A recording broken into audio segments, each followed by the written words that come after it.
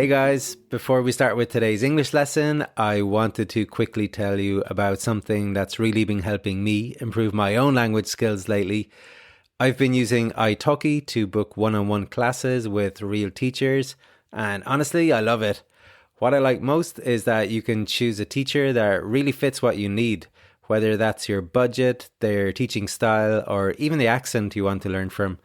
I've personally been using it to practice more natural conversation and build confidence in speaking. I chose a teacher with similar interests to me, which helps a lot and is another excellent feature of the platform. You can see what the different teachers are interested in and pick the right one for you. So instead of studying by yourself, you're actually speaking regularly with someone who can correct you, slow down, explain things naturally, and help you sound more like a real person and less like a textbook. The classes are private, super easy to schedule, and there's no subscription, you just pay per lesson.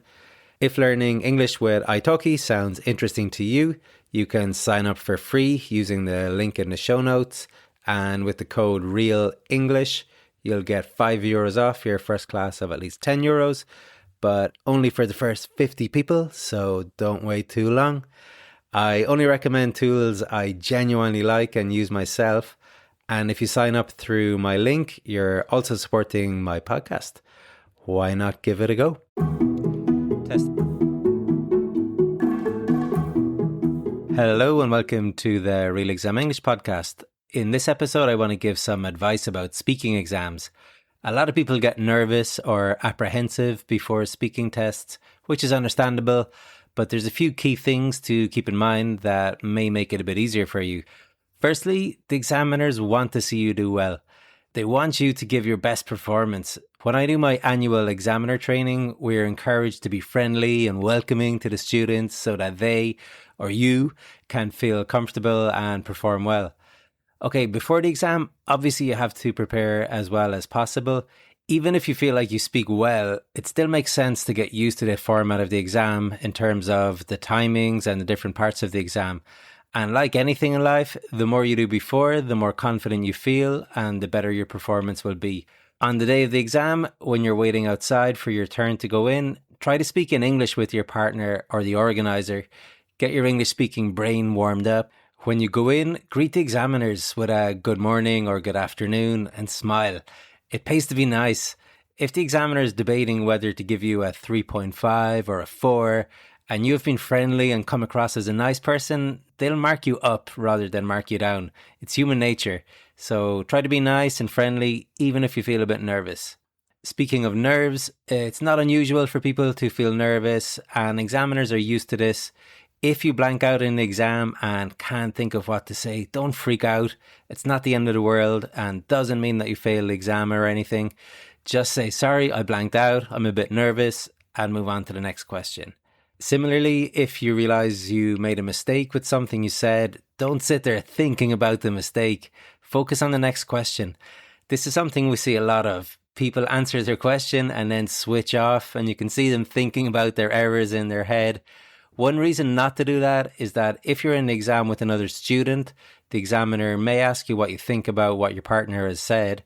And if you're busy beating yourself up over some grammar mistake you just made, then you're not going to be able to give an answer.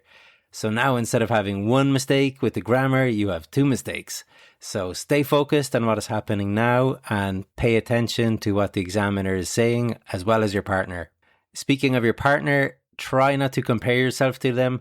Sometimes when people have a really strong partner, they think that because they weren't as good, they won't do well in the exam.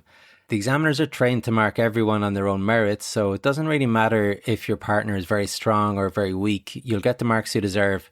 For example, maybe your partner is better than you and gets a 5, maximum marks, but maybe you're not as good and still get a 5 or a 4.5. It happens all the time, guys. Also, if you have a partner, the idea is that both of you speak more or less the same amount of time. If you speak a bit more or less than your partner, it's not a big deal. The examiner should control that, and if they need to hear more from one of you, then they might ask an extra question, for example. What's really important with a partner is to really listen to what they're saying. The people who score best for interaction are the ones who are interested in what their partner is saying and respond in a natural way, as if they were having a chat and building their answer onto what their partner has just said. Conversely, what examiners don't like is rehearsed responses that don't fit in naturally. So a typical bad interaction that we see a lot of in exams goes something like this. In restaurants, the service is very important. I couldn't agree more. I think the price is also important because blah, blah, blah, blah. Okay, as an examiner, I'm not going to give any marks for interaction here. Interaction is not just about having a fancy expression. It's about listening and developing your answer based on what your partner has said. By all means, use a fancy expression, but it must be used in a natural way, and you should link your answer with your partner's. To use the same example again, if your partner says, in restaurants, I think service is important, you can say, totally, it really makes you feel welcome in a place and you get great advice on the different dishes too. The price is also important because blah, blah, blah, blah. Another place to be careful using rehearsed answers is with expressions to buy time. Last Saturday I was examining and the first 10 students I examined all said, that's a tricky question. They must have all had the same teacher. Okay, there's nothing wrong with that expression if you have been asked a tricky question. But I was asking these guys really basic questions like, what do you do in your free time? What did you do yesterday? And they were responding, that's a tricky question. It's kind of ridiculous, right? So pick and choose when you use these set expressions and work on making them sound as natural as possible. The same thing applies if they ask you where you're from. There's nothing worse than the prepared geography answer. I am from Rome, a historic city on the west coast of Italy with many beautiful monuments and delicious pizza. Okay, examiners aren't giving any extra marks for that. Keep it simple. I live in Testaccio on the outskirts of Rome. Even I live in Testaccio is better than the big long answer that has been practiced. Finally, at the end of the exam, don't feel too bad if you didn't do as well as you expected. I hear a lot of people saying, I didn't do well in the speaking, and they end up getting good marks. In fact, last Saturday I heard one girl leaving the examining room saying, I failed that, and I was just after giving her 75%. This is the same for all parts of the exam, by the way. People often think they did badly in reading or listening and they end up with good marks. You never know, guys.